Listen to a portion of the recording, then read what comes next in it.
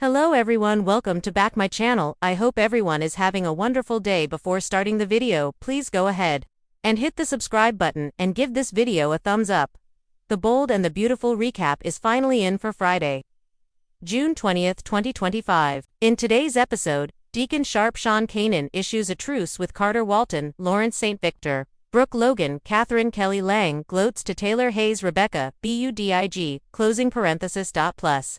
Steffy Forrester Finnegan Jacqueline McInnes Wood, warns Ridge Forrester Torsten K. that he's playing with fire at Eric Forrester's John McCook estate.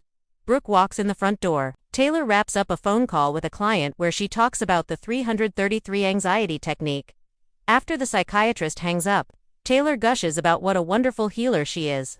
Brooke has papers for Eric to sign, but he's not home. Taylor asks about Nick Marone, Jack Wagner. They chit-chat a bit, but Brooke thinks Nick is really committed to the sea. Taylor reasons that Nick and Brooke are perfect for each other. Brooke gloats about Ridge getting jealous. As Taylor hopes things work out with Nick, Brooke trots out. At Forrester Creations, Steffi and Carter talk about the vanishing silk shipment. The coup smells Daphne Rose's Moriel Hilaire, latest men's fragrance, and he's impressed. Even Carter has to admit that they need the nose back. The topic turns to relaunching hope for the future. Steffi won't forget what happened. The topic turns back to Daphne again. Steffi hopes that Carter can get through to Hope, Logan, and Nika Noel. Carter leaves, and Steffi notices her father is distracted. Ridge confesses he found Brooke with Nick. Why is he so concerned? Steffi wonders. As Ridge rants about Nick, Steffi issues a warning. He sounds jealous, and what does he think all this care for Brooke makes Taylor feel? At Ilger, Hope shows her engagement ring to Deacon. The restaurant owner isn't thrilled but will support her. Deacon has to leave, then comes back. Hope wants him to walk her down the aisle. She's worked out everything with Carter, and they are better than ever. Hope promises Carter is a good man. Deacon brings up Daphne. It wasn't that long ago that Carter and Daphne were kissing.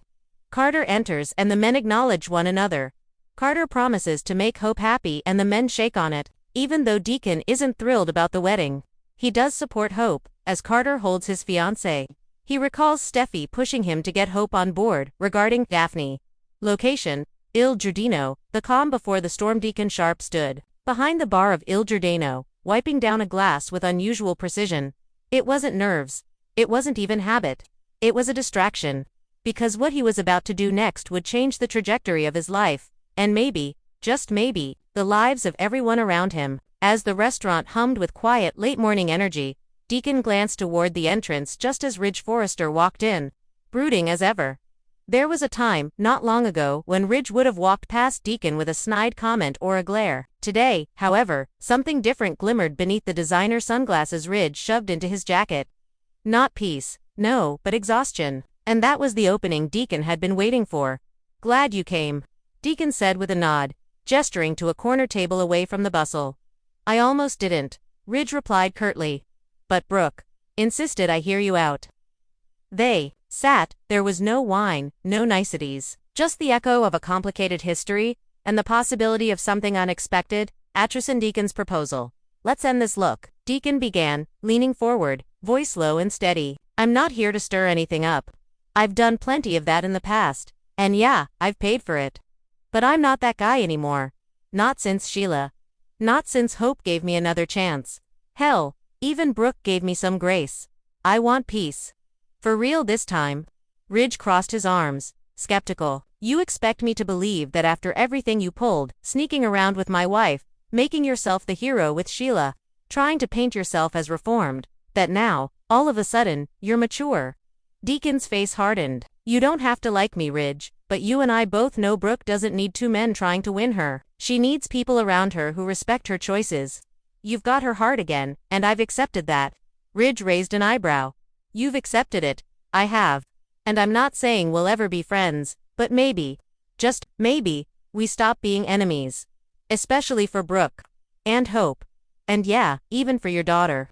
Ridge leaned back, his scowl slowly shifting into something unreadable.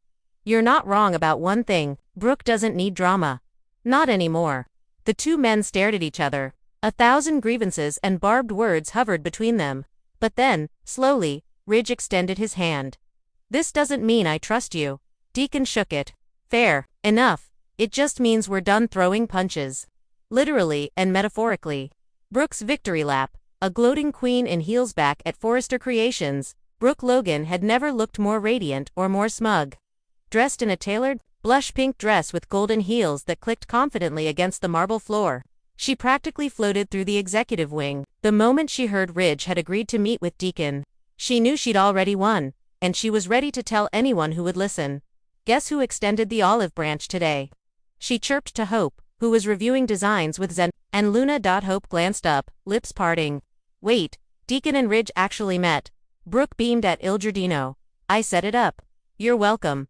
Zende looked surprised. And they didn't kill each other. They shook hands. Brooke replied, clearly savoring each word. Can you believe that? All it took was a little gentle guidance.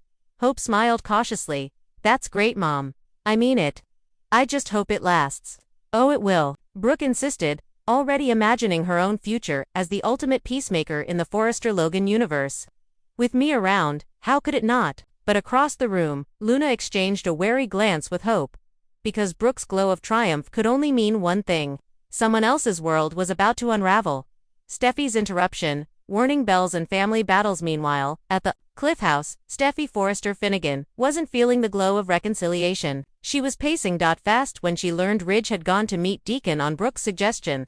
No less, she'd practically stormed out of her office, and now she was waiting, practically vibrating with tension, for Ridge to return her call. When he didn't, she drove straight to the Forrester estate.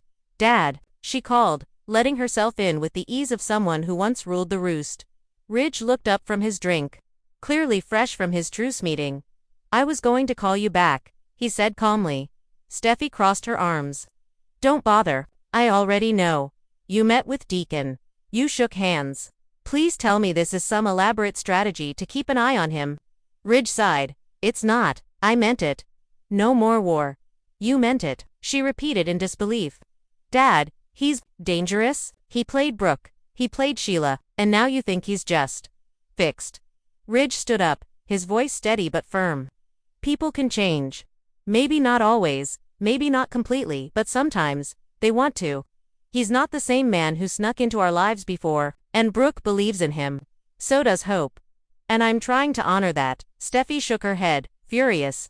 You're trying to please Brooke. Again, that's all this is. You're choosing her version of peace over what's actually safe. I'm choosing not to spend the rest of my life fighting a man who's already lost. And what about your family? What about me? Thomas, Taylor. Ridge paused. This isn't about sides anymore. Steffi. Steffi's eyes glinted with warning. Then maybe you've forgotten what sides protect us. Hope's doubts and Luna's secret worry back at Forrester. Hope lingered after Brooke's radiant departure. Alone with Luna, she sank into the nearby chair, her confident facade beginning to crack. I want to believe this will all be okay, Hope said. My dad's really trying. And if Ridge is willing to meet him halfway. But, Luna prompted gently. Hope glanced at the designs she'd been working on, but her mind was miles away. But peace is always so temporary around here. It's like waiting for the next earthquake. Luna looked down at her sketchpad, chewing her lip. Or the next secret. Hope noticed. You okay? Luna nodded too quickly. Yeah, just distracted. Nothing serious. But the truth was, Luna was still harboring something she hadn't even dared say aloud. Her fears about RJ, his growing resentment toward Zende, the way things were getting colder between them, and her own guilt, a fog that refused to lift. Peace was a nice dream, but even dreams had a habit of turning into nightmares around here. Brooke and Ridge, pillow talk, or powder keg. That night, as moonlight danced across the Forrester Mansion's pool, Ridge and Brooke sat curled up on the terrace. She sipped her wine, her head resting on his shoulder, positively glowing. See, she whispered, I told you. You two could find common ground. Ridge chuckled. Don't get too comfortable, Logan. He's still Deacon, but he's trying, she said softly. And so are you. And I love you for that. They kissed, gently, warmly. But even as Brooke closed her eyes, Ridge's remained half open. His mind wandered to Steffi's fury, to Deacon's sincerity, to the tangled threads connecting every move Brooke made to the shifting alliances around them. It wasn't over. It was never over. But for one night, at least, the storm had stilled. Luna receives a cryptic letter. Is it from her mother or someone darker? RJ makes a bold move against Zende at the next design review. Katie confronts Brooke about her growing power over Ridge's decisions. Thanks for watching this video, and please subscribe our Bold and Beautiful Update YouTube channel for more update news.